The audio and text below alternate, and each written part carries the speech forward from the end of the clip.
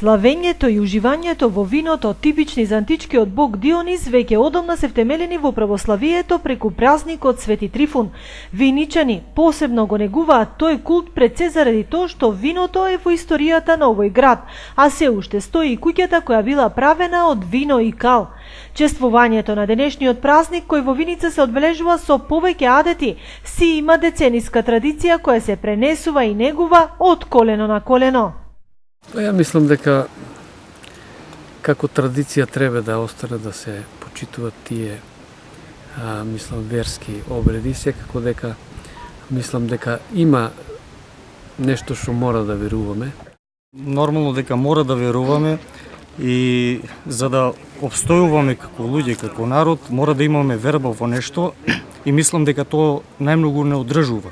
Виничките лозија зафаќаат површина од 320 хектари, а меѓу плантажите највпечатливи се лозјата на земјоделецот Драги Петров, кој лани го носеше кумството на источната страна од градот во атарот на село Драгобраште. Колку Свети Трифун му го донесе очекуваниот благодет, а колку природата и минустите температури годинава ќе го скратат родот. Назад на 7-8 години колку јас се занимавам со лозарство. Првите години имаше малку некој проблем за пласман, нели. Сега овие години нема проблем. Имам случајно веќе договори со Скопска винарија. Дел од реколтата, мислам, ја земат. Имаме приватен пазар. Од оваа година кумството оди во рацете на младиот лозар Тони Велков, кој сака да го продолжи наследството од родителите.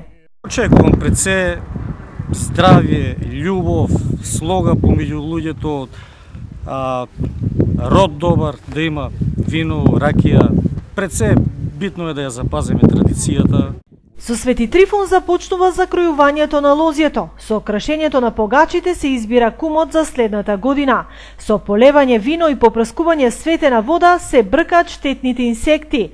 А во чест на празникот мора да се пие и да се јаде за годината да биде берикетна.